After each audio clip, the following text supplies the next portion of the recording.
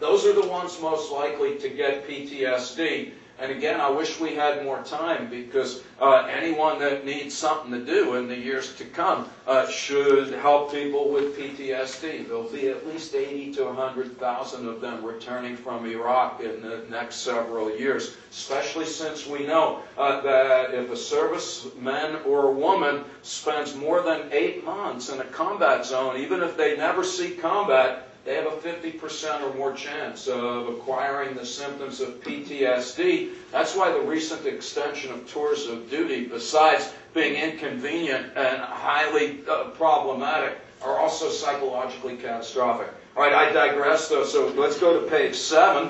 And let's note that, and I find this tremendously exciting, we get a similar pattern of results. In particular, what happens if you look on the right side of the graph, under mortality salient conditions, when people are asked to imagine themselves on the ground, they report really high levels of dissociation when we ask them to remember the events of September 11th.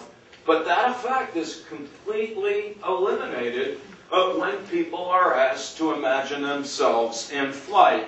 And just to be silly, on the bottom of page 7, my implication, ironically, taking flight may be one way to help traumatized individuals get their psychological feet back on the ground. And we're actually doing studies now.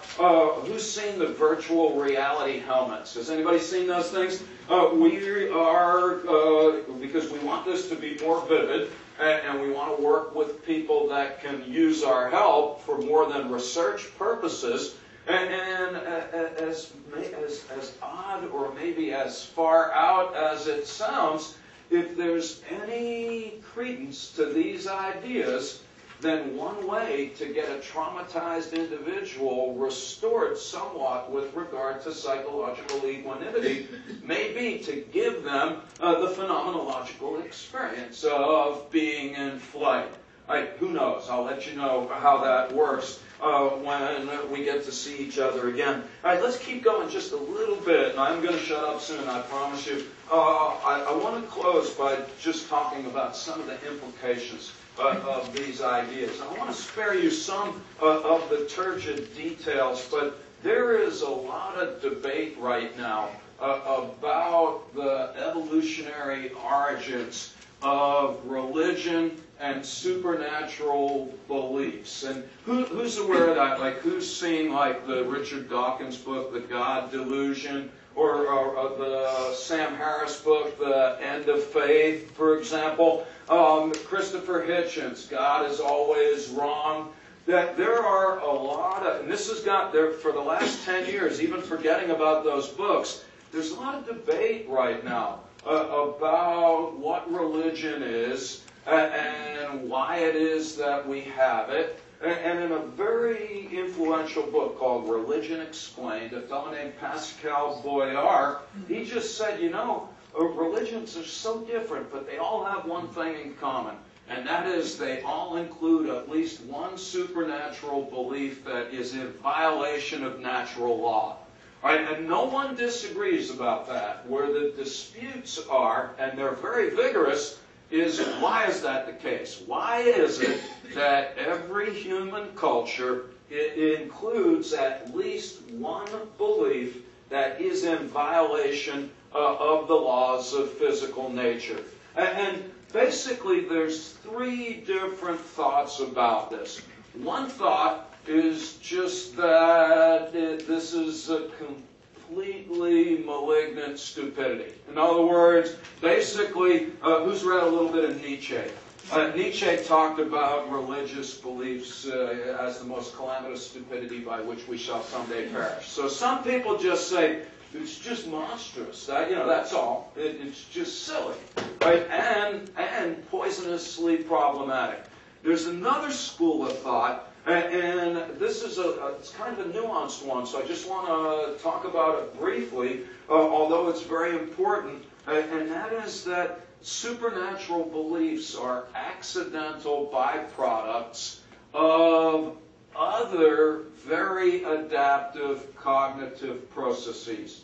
And the reason why this is important is that this is where people like Dawkins and Daniel Dennett, a lot of folks, they just say, you know, religion doesn't really serve any adaptive function whatsoever.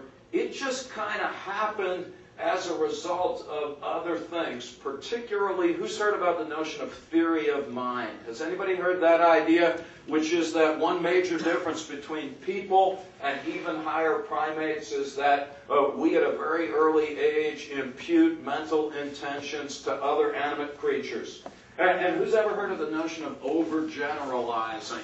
So basically what some evolutionary types, and these are people far smarter than I, what they say is religion is not, it's neither good nor bad, it just is. It's a non-adaptive byproduct of other cognitive attributes that have served us pretty well. All right, how's that sound? All right, then there's a third school of thought, and this is my school, and that is that supernatural beliefs are utterly essential, uniquely human, evolutionary adaptations, and that in fact rational thought would be inconceivable and unsustainable without them.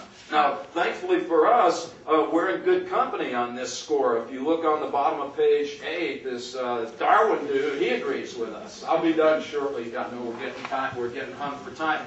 But Darwin, in his autobiography, said, "Nor must we overlook the probability of the constant inculcation and a belief in God on the minds of children, producing so strong and perhaps an inherited effect on their brains not yet fully developed, that it would be as difficult for them to throw off their belief in God as for a monkey to throw off its instinctive fear and hatred of a snake." Again, I'll spare you the details, but Darwin's sister tried to get that purged from his autobiography. And yet, Darwin's position on these matters is very clear. If you look on the top of page 9, excellent book, 2005, University of Alaska archaeologist Dale Guthrie says the same thing. You can look at that when you have some time. All right, well, so what? Why should we worry about this? Well, I think we got to worry about it because there's no more pressing issue right now in the world around us than the role of religion in the problems that currently confront us.